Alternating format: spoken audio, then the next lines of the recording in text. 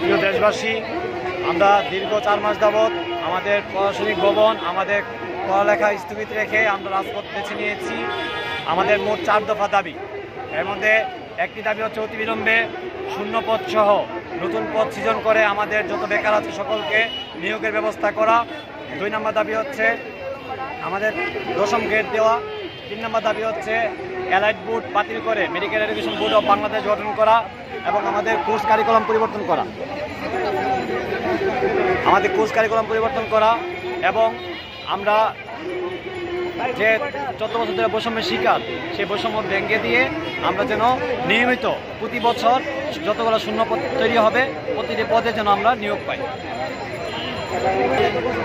আমরা সারা বাংলাদেশ থেকে আজকে লং মার্চে ডাক দিয়েছি।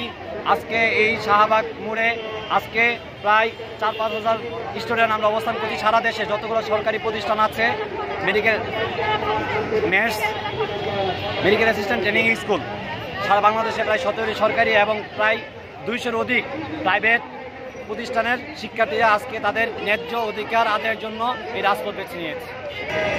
সুপ্রিয় দেশবাসী, আমরা আমাদের 4 দফা দাবি আজকে যদি এখান থেকে না নিয়ে যেতে পারি, আমরা আজকে একটা দৃঢ় প্রতিজ্ঞাবদ্ধ হয়ে আজকে রাজপথে নেমেছি।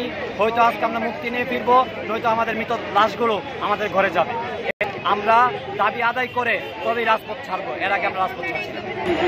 আমাদের সরকারি পদের নাম হচ্ছে sub registrar community medical officer এবং আমরা চাচ্ছি অতিবিলম্বে বাংলাদেশে যত কমিউনিটি ক্লিনিকগুলো আছে সেই কমিউনিটি ক্লিনিকগুলোতে যেন আমাদের জন্য পদ সৃজন করে অতি সত্বর নিয়োগ দেওয়া হয়। কারণ আমরা প্রিয় দেশবাসী, আপনারা জানেন বাংলাদেশের প্রত্যেক অঞ্চলে প্রতিটি ইউনিয়নে একটি করে কমিউনিটি ক্লিনিক আছে। সেখানে এসএসসি পাস, এইচএসসি পাস যে যত শিক্ষার্থী আছে তাদেরকে 3 মাসের একটি কোর্স করানোর মাধ্যমে তাদেরকে নিয়োগ দেওয়া হচ্ছে, সেখানে তারা নন মেডিকেল পার্সন।